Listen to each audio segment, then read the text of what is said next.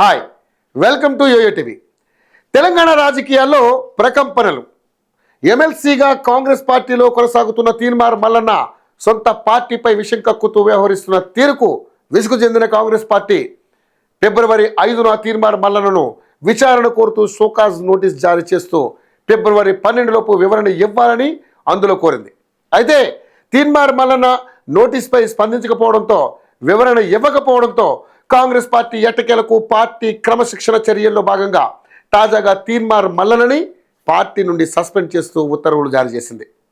చాలా సందర్భాల్లో అనేక వేదికలపై కాంగ్రెస్ పార్టీకి వ్యతిరేకంగా చేసిన వ్యాఖ్యలను కూడా చాలా సీరియస్గా తీసుకున్న కాంగ్రెస్ అధిష్టానం ఈ నిర్ణయం తీసుకుంది.